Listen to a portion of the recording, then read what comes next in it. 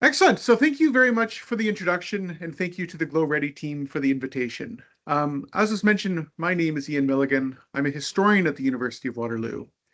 And what I want to talk about today is, some of the challenges about what AI won't tell us when we're working with historical records, and argue in this 20 minutes that across the historical record, that silence matters more than the errors that we increasingly know how to catch. So let me start with the question that I'll be grappling with today. What does it mean to trust the record in the age of AI? Now, I know that's a big question that I can't deal with in 20 minutes, but I want to argue today that trust in the record in the age of AI will increasingly depend on something that our discovery systems, as I'll walk us through sort of an evolution of search, something that our discovery systems are getting worse at, which is showing you the limits of their knowledge. So as a brief context of where I'm coming from, so I've been really interested over the last 15 years about studying what happens to the historical record as it moves through technology, whether that's our contemporary history represented through web archives, whether that's how historians are accessing digitized databases, periodicals, and beyond. And now I'm thinking about large language models. And I'll just note, I always like to joke, my book in 2022, like a little Cambridge element called The Transformation of Historical Research in the Digital Age, is almost certainly the worst timed book ever written because it came out literally 2 months before we all found out about generative AI, and it was immediately, needed to be updated for that. And so from this, one trend in my research has always been that absence is rarely neutral. That if I look at my own period of my own field of web archives, a absence that I often come back to is the 2009 decision for Yahoo Corporation to shut down GeoCities. And so GeoCities, and I could talk for 20 minutes, but I'm only going to give you 30 seconds, was, millions of personal homepages. And today is one of the largest surviving records of how ordinary people first wrote themselves onto the web.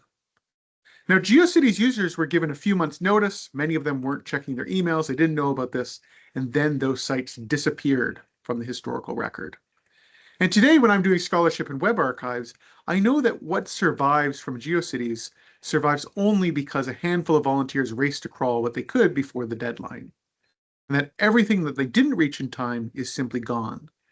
And crucially, if you go to the Wayback Machine, there's very little in the surviving archive, in the metadata and beyond, that marks what wasn't collected and what's missing. And so I'm doing this work, there's absences all over the place, and it's really hard for me to reconstruct given these absences.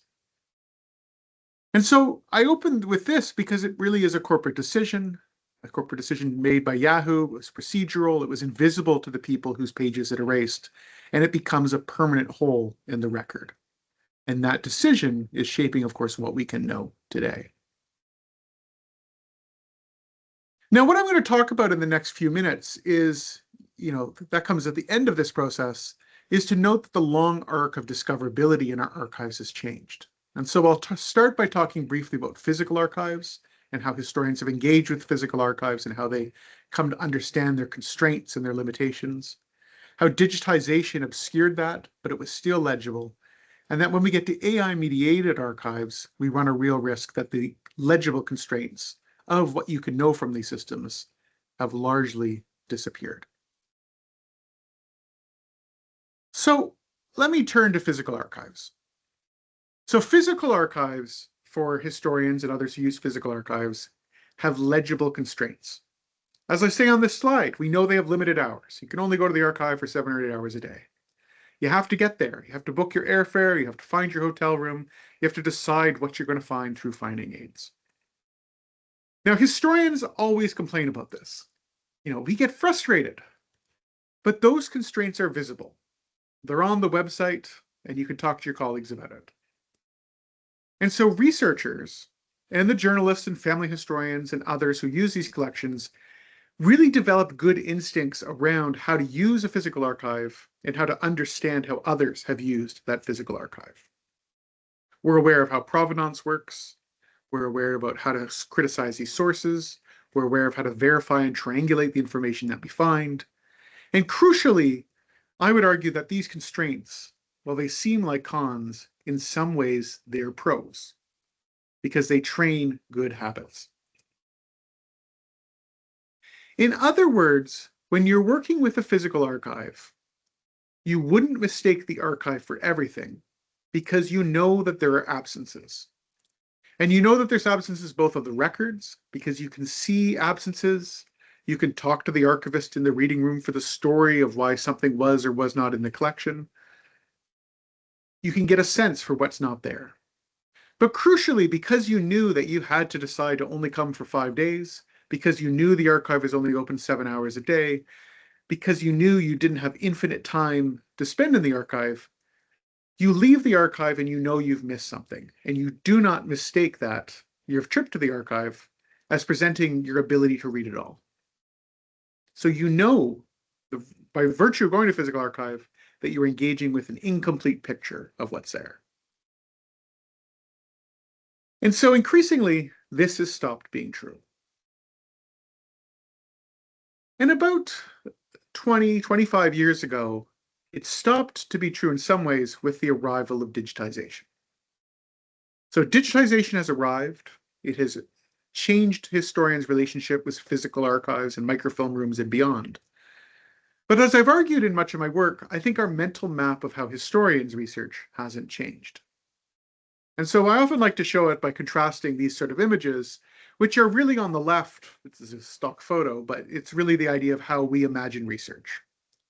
If you're showing a historian in a Netflix, if it's a Netflix documentary or something and they need B-roll of a historian, it isn't a historian sitting at a laptop. It's usually a historian looking at documents and looking pensive. We think of historians as being in archives.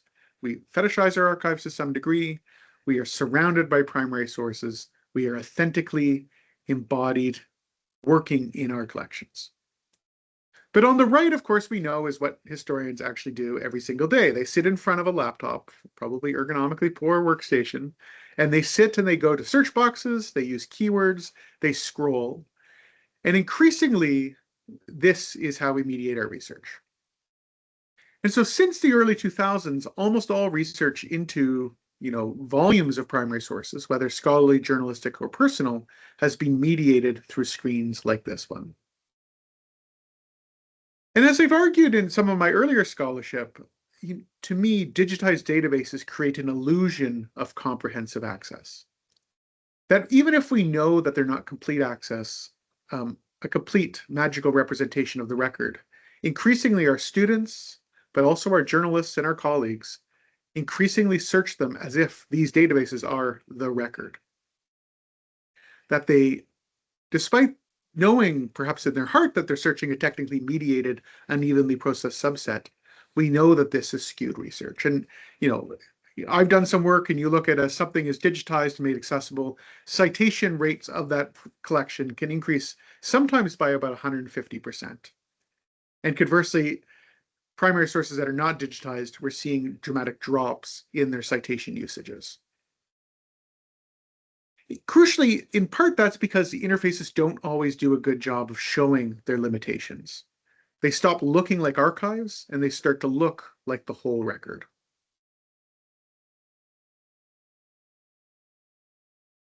Now, in my short-lived shelf-life book on the transformation of historical research, I argued, really argued about the Matthew effect of digitization. That if the rich get richer, and we consider citations a form of scholarly currency and a proxy for use, the digitized, the more that something is digitized, the more that it gets cited. And so it's the Matthew effect of digitization. But of course, we knew when we use these digitized collections that what gets digitized is what gets surfaced, what gets prioritized in our scholarship, and that what doesn't get digitized doesn't reach us. And we know that what gets digitized, of course, is what's always canonical, what's well preserved, what's in dominant languages, and what funders prioritize. And so we're seeing changing patterns of historical scholarship driven by these sorts of decisions. And there's many more. If I had more time, I could talk about, such as what was microfilmed, what survived this, what got microfilmed, what ended up in ProQuest and this vendor, and what ended up there. But all of these questions are layered on top of each other and change the way that we write the past. And that's not to say that this is like a bad thing in and of itself. You know, there is no way we can digitize everything. There's no way we can make a magical sort of holodeck representation of the past. And so the question isn't about whether these choices exist. These sorts of questions will always exist.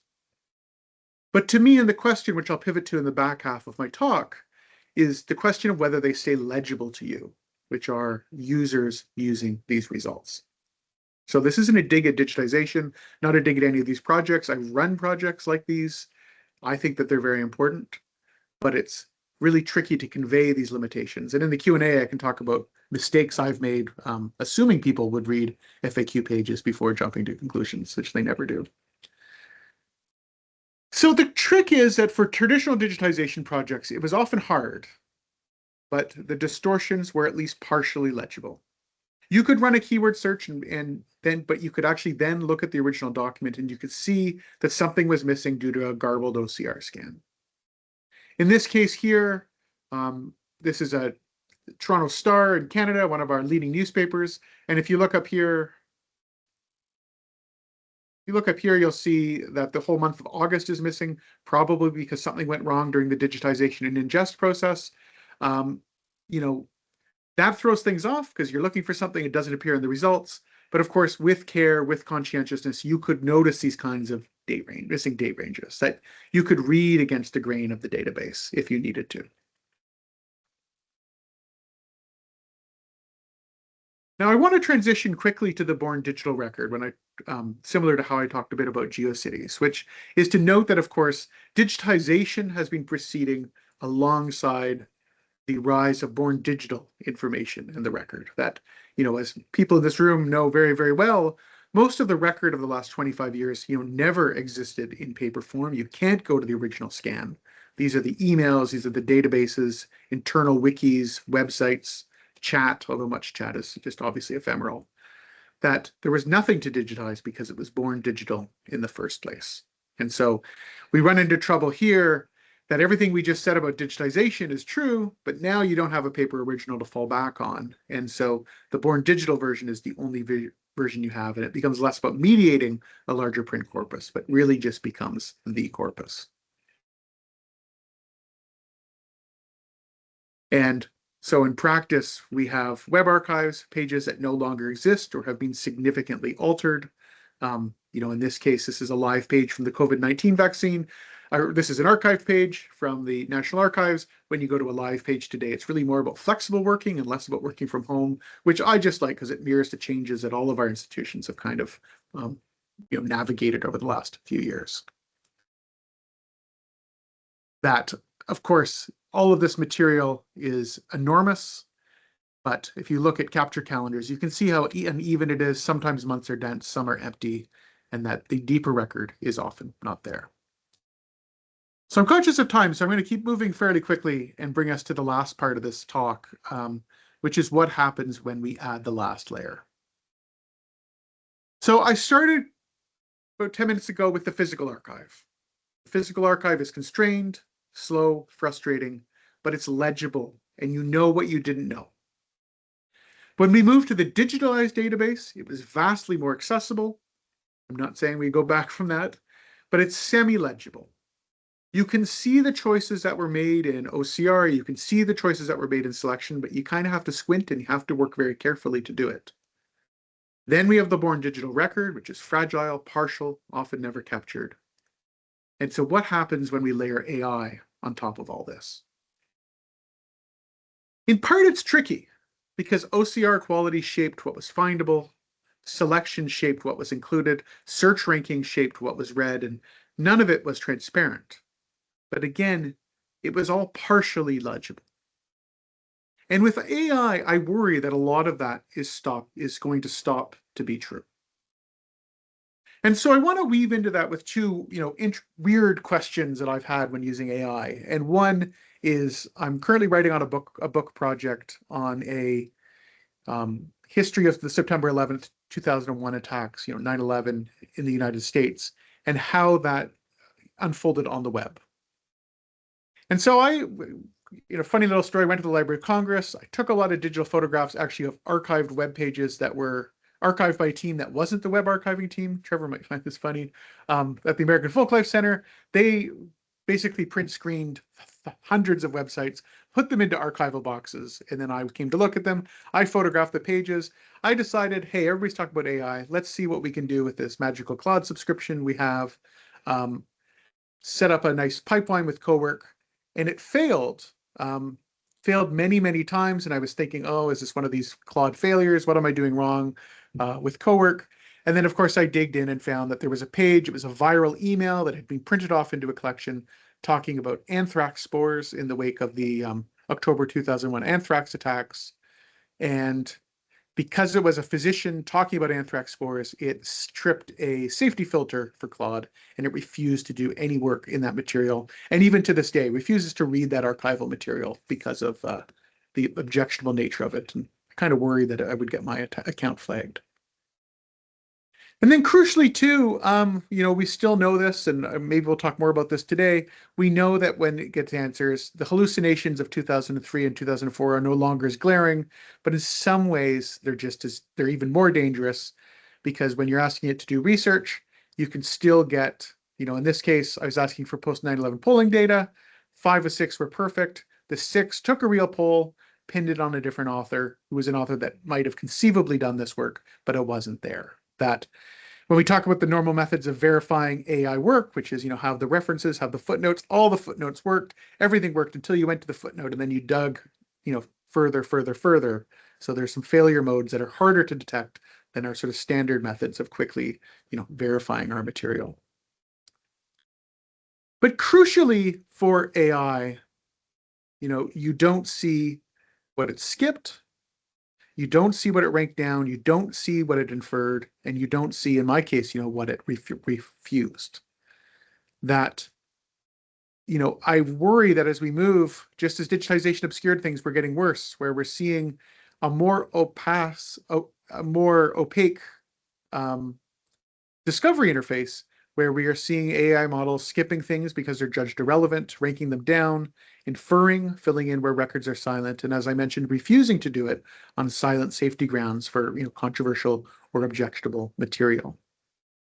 That if I could quickly find bad OCR, or not quickly, but could find bad OCR, or I could find missing date ranges in metadata, I worry that a lot of these interfaces make it very hard for us to do that. In other words, it's the errors you don't see or you can't find. But as I say here, that I worry that we're getting biases that are being laundered through fluent, confident, and citation-free prose.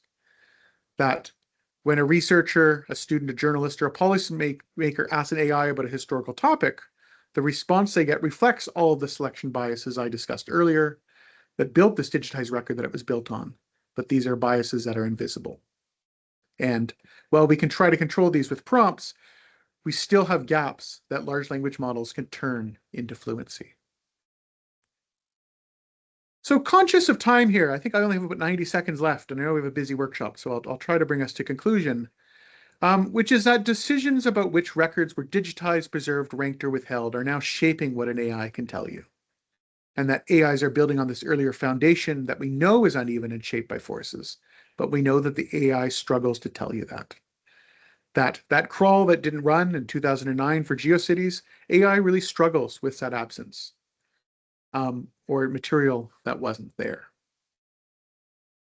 And so I'll conclude by arguing that if I take the triptych in your mind, that each of the layers of mediation, from physical archive to LLMs, I argue has been making bias less visible. That I worry that we have a trend line that's moving in one direction. That if we had a legible, where you could see the archival gaps sitting in the reading room, we have a semi-legible world with digitized databases, and we're moving into an illegible world with large language models. And so if I wanted to quickly conclude with a few things for your mind, I would argue that if the pattern is moving towards illegibility, that it's great that we have projects like this and scholars in this room working on these things to actively construct legibility. That it's not a simple metadata fix, it's not a finding aid fix, it's somehow building into our systems explicit, visible, unavoidable documentation of what's not there. That we need to document the absence, to understand what wasn't digitized, what wasn't retained, what web crawls missed, what redactions removed, what the corpus never contained. That I know this is unglamorous work, that it's really, really hard to demonstrate. It's hard to do. We can talk about how I failed this in my own work, but it's the most important work, I argue, in the whole infrastructure, because we need systems that can say, I don't know, and make that legible. That, as I say here, a trustworthy discovery system is not the one that answers most fluently. It's the one that can tell you what it didn't retrieve and why. Or in other words, the most important scholarly knowledge that these systems can produce may ultimately be knowledge about their own limitations. So I think I'm 1 minute over time. I'll thank you very much for your patience. I'll stop sharing my screen and happy to answer any questions in the time that we have. So thank you.